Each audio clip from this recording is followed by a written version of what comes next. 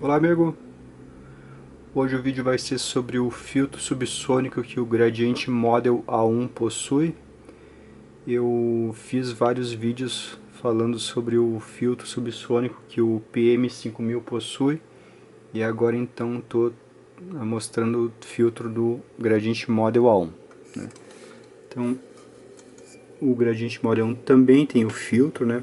Só que ele tem essa chave que a gente acessa a função dele externamente. A gente pode ligar e desligar o filtro, né? Ao contrário do PM5000, que não tem a chave. O filtro está lá dentro na entrada do amplificador e está sempre ligado, né? Então, essa chave aqui, no caso, foi muito bem pensada, né? A gente não poderia ter um filtro, digamos, tão atuante assim na entrada de um amplificador, né? Então, ou não tem o filtro aqui no power, né? Deixa essa função para o pré, ou não coloca lá dentro, como é o caso do PM5000, que fica sempre ligado esse filtro lá dentro dele, né? Então, como é um filtro bem, digamos assim, intenso, né? Ele corta essas frequências baixas aí com bastante eficiência, né? Então esse filtro, na minha opinião, não poderia estar sempre ligado. Ou se ele fosse estar no equipamento, que ele estivesse assim desse jeito, com uma chave para a gente poder não usar ele ou usar quando precisar, né? Então esse filtro ele vem do tempo do toca-disco, né? O toca-disco gera um ruído, o rumble, né? Que é aquela vibração do motor, então é mais ou menos abaixo de 18 Hz, né? Então eles colocam esse filtro aí para aquele tipo de situação, né? Então lá nos anos 80 esse filtro era muito utilizado porque basicamente se usava toca-discos, né? Então todo toca-disco gerava esse ruído, então às vezes cortando no pré-amplificador talvez ainda passasse um pouco e eu precisava cortar aqui, né? Ou se, por exemplo, o Model A1 fosse ligado a um pré-amplificador que não tivesse essa função, poderia ser ligado aqui, né? Mas eu não acho tão necessário assim que ela esteja aqui no Power, né? Então eu quero mostrar o que ela causa, né? O que esses filtros causam na reprodução, né? Eu sempre tento mostrar, né, de que maneira que a gente consegue a reprodução mais fiel possível, né? Então é esse o motivo do vídeo. Então eu vou mostrar ali no osciloscópio como que se comporta esse filtro aí, tá? Então eu estou aqui com o filtro desligado. Aqui eu tenho entrada e saída do amplificador, tá? Tem ali a sinal verde e tem o sinal lilás, ó. Estou chaveando aqui, né? Então notem que os dois estão sincronizados, tá? Estou deslocando aqui só para poderem ver as duas ondas aí, né?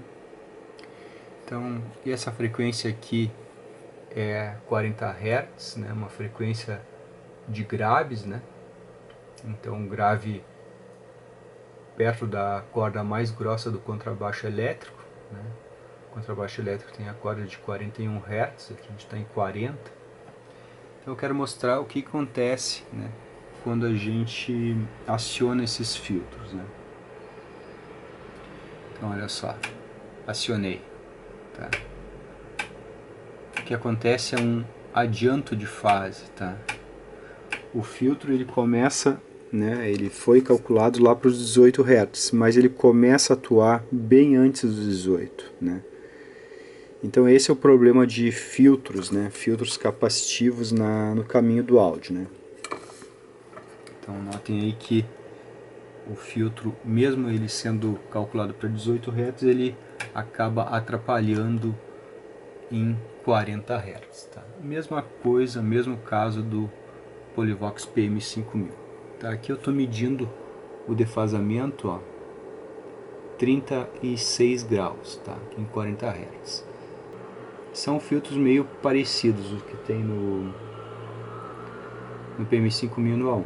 Tá? Não questão de circuito, tá? Porque aqui tem uma plaquinha que implementa esse filtro e no PM5000 são um arranjo de capacitores na entrada do amplificador, tá? Então mas o comportamento do filtro é muito parecido, né? Então notem aí que eu acabo mexendo na fidelidade de tempo da resposta de frequência do amplificador, tá? Eu não perco em amplitude aqui, ó. Não é que eu vou ter menos graves, tá? Mas os graves vão estar no momento errado em relação às outras frequências. Porque, por exemplo, se eu aumentar aqui, ó, para 4.000 Hz, tá? Já está tudo sincronizado, ó. Então, se eu colocar aqui, por exemplo, 400 Hz, também já está sincronizado. Ó. O problema é só nas frequências baixas. Então, varia o tempo da resposta de graves em relação à resposta dos médios, tá? Então, os graves deslocam para um lado, enquanto os médios ficam no tempo correto, né? Então, é um deslocamento, né? Uma distorção de tempo que acontece quando a gente usa filtros, né? Então, se eu baixar mais a frequência aqui, ó, por exemplo, 30 Hz, vamos colocar aqui 31 Hz, que o double bass, aquele contrabaixo acústico, né, em uma afinação especial lá, que eu não lembro o nome, ele pode apresentar essa frequência aí, né. Muitas vezes usam em orquestra e até para jazz, né. Então olha aí, aumentou para 47 graus de defasamento, né. Se eu colocar aqui 20 Hz, que é o início da nossa faixa audível, ó, então a gente tem um defasamento aí de 82 graus, tá? Nota que eu não perdi praticamente amplitude, tá? O que aconteceu foi que eu mudei opa, baixei o volume aqui. Eu mudei a fidelidade de fase, né? A fidelidade de tempo do amplificador para graves. Ó. Então, estou ligando e desligando o filtro, né? Notem que acontece, né? Os graves acontecem no momento errado, né? Claro que aqui são 20 Hz, né? Pouquíssimas caixas no mundo aí respondem isso, né? Mas 30 Hz ali já é uma frequência bem importante do áudio, né? Que deveria já estar tudo certo, né? Então o filtro subsônico do A1, né? Felizmente a gente pode desligar ele aqui na frente, né? E a gente passa a ter um amplificador com toda a fidelidade de graves, né? que ele tem. Então o Gradiente Model A1, ele é um modelo de acoplamento direto, né? Ele não tem adianto de fase para nenhuma frequência na região dos graves, tá? Então, como ele é DC puro, ó, ele consegue reproduzir a onda quadrada, né, de qualquer frequência praticamente. Ó, aqui 2 Hz. Ó. Então, quando a gente liga o filtro, aí a gente tem aquele comportamento de amplificadores que tem entrada capacitiva. Ó.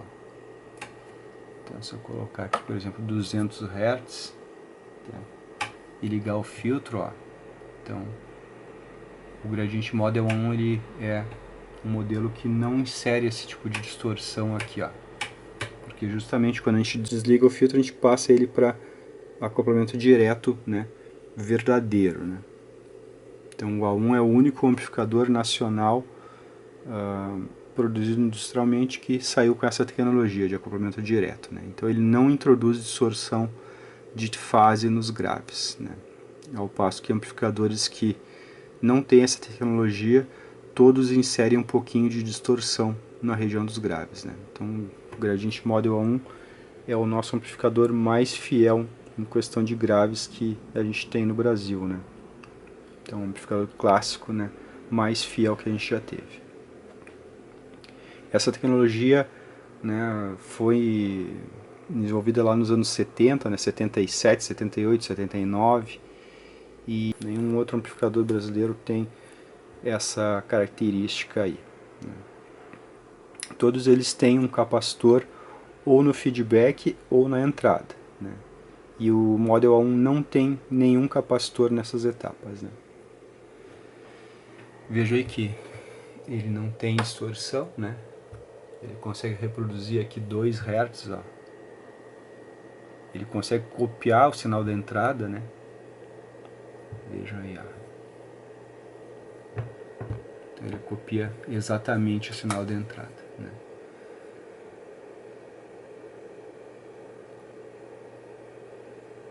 Então voltando aqui para a senoidal, né? Então notem aqui que mesmo o filtro estando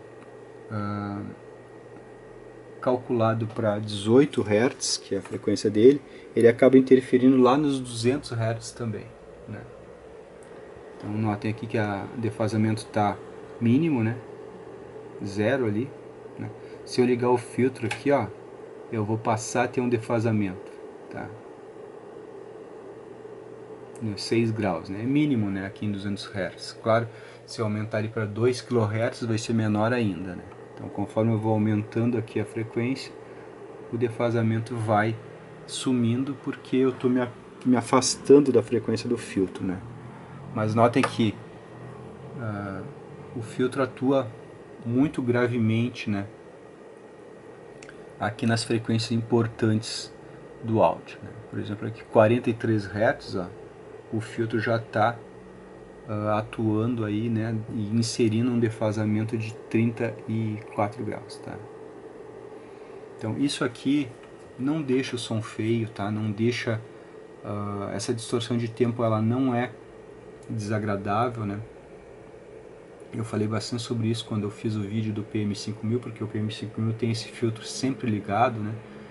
Para não, digamos, se assustarem com esse filtro aí, tá? Ele não diminui a intensidade dos graves, mas ele muda a fidelidade dos graves, né? Os graves não têm a fidelidade correta quando a gente tem esse filtro aí ligado, né? Então, os graves acontecem na hora errada, né? Acontece um adianto de fase, os graves acontecem antes do tempo, né? Claro que alguns microsegundos, né? Um tempo bem curtinho nessa diferença, mas é uma diferença de fidelidade, né? Então a fidelidade, o amplificador não fica fiel, né, nessa condição aqui, né, do filtro. Então, mesmo que esse filtro esteja no pré-amplificador, se a gente acionar ele, também vai causar aquele mesmo efeito, tá? Então todos os filtros capacitivos que a gente fizer o áudio passar por ele, vão adicionar algum tanto de distorção de tempo, tá? Então eu quero ensinar aqui o jeito melhor, né, de a gente obter alta fidelidade, né? Então aqui o amplificador está em alta fidelidade, né, porque ele está conseguindo copiar o sinal da entrada e colocar na saída, e aqui o amplificador não está em alta fidelidade, não está conseguindo copiar o sinal da entrada e colocar na saída do mesmo jeito. Então acontece uma distorção de tempo ali, o som, né, o sinal de saída fica adiantado, ó, ele fica deslocado para lá, ele fica adiantado em relação ao sinal de entrada, tá? Notem que não é o sinal de entrada que muda, ó, é o sinal de saída que adianta, ó, tá? O verde. Então é isso aí, né, sobre os filtros subsônicos, né, o gradiente Model A1 tem, e pode ser desligado e ligado aqui na frente, e o PM5000 tem esse filtro lá dentro dele, e esse filtro está sempre ligado, né? Até por isso que o PM5000 eu considero ele como o amplificador tanque da nossa indústria nacional, né, porque ele foi blindado, né, tanto nas baixas frequências com esse filtro subsônico, quanto nas altas, né? Então ele é realmente um amplificador que foi pensado para durar, pensado para não dar problema, né? Pensado para ser usado em condições, digamos que adversas, né? Então é isso aí, um abraço.